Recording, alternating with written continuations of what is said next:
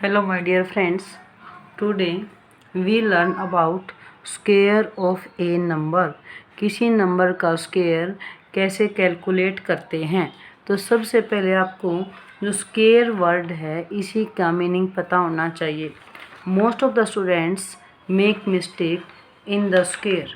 मैं आपसे कह दिया कि यू कैलकुलेट स्क्वायर 4 स्क्वायर, आपसे कह दिया कि आप 4 का स्क्वायर कैलकुलेट कीजिए। तो ज़्यादातर बच्चे इसके अंदर जो मिस्टेक करते हैं वो क्या होती है कि आप फोर को 2 से मल्टीप्लाई कर देते हैं, लेकिन इसका एक्चुअल में मीनिंग क्या होता है 4 इंटू 4। जिस भी नंबर का आपने स्क्वायर निकालना है उसी नंबर को उसी से मल्टीप्लाई कर दो। 4 4 जा 16, ना कि 4 इंटू 2।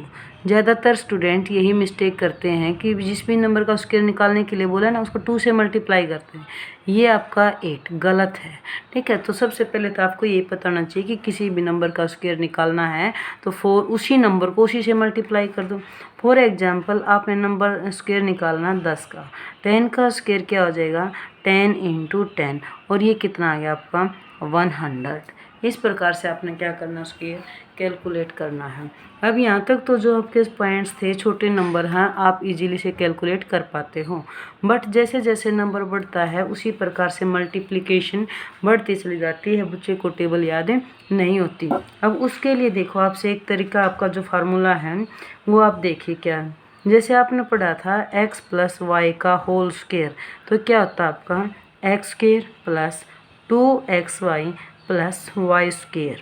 इस फार्मूले का यूज करते हुए हम कैसे कैलकुलेट करते हैं।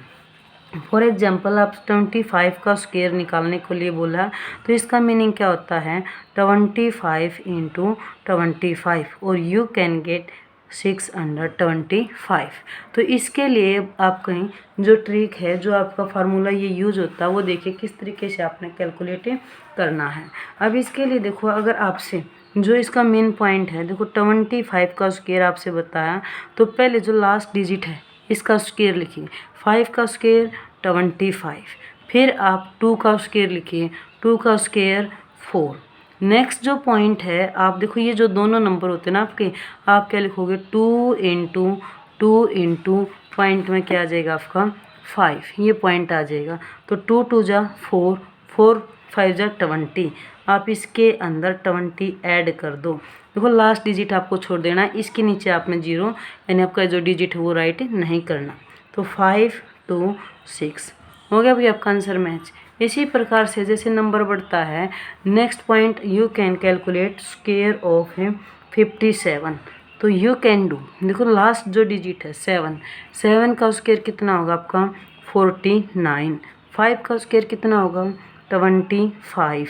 अब आपने क्या करना है इन दोनों नंबर्स की 2 इंटू 5 इंटू 7, 2 5 जा 10, 10 7 जा 70, तो आपने 70 इसके अंदर क्या कर देना है ऐड।